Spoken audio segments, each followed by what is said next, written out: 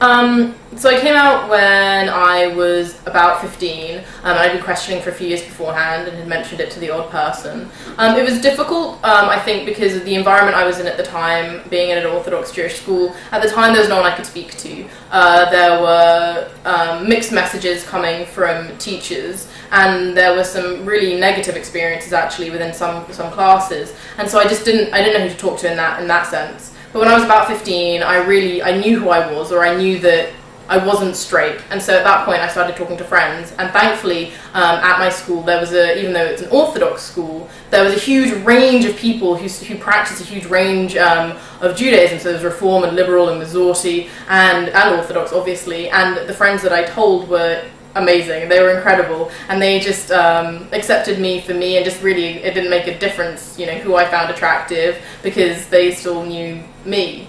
And so that was really positive.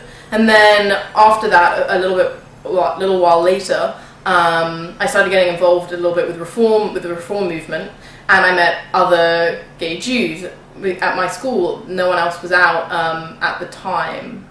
Actually, there were 2 people out. So there were 2 other people out, but then I started getting involved in Reform Judaism, and eventually found the courage to tell my mum and dad. I told my mum first, and I was really nervous because she'd been brought up Orthodox, and I wasn't sure how she would take it.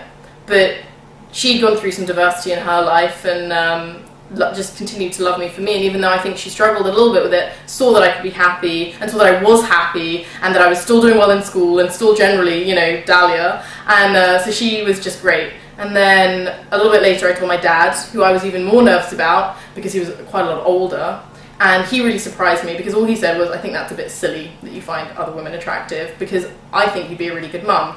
To which I responded, that's great, because I really want to be a really good mum.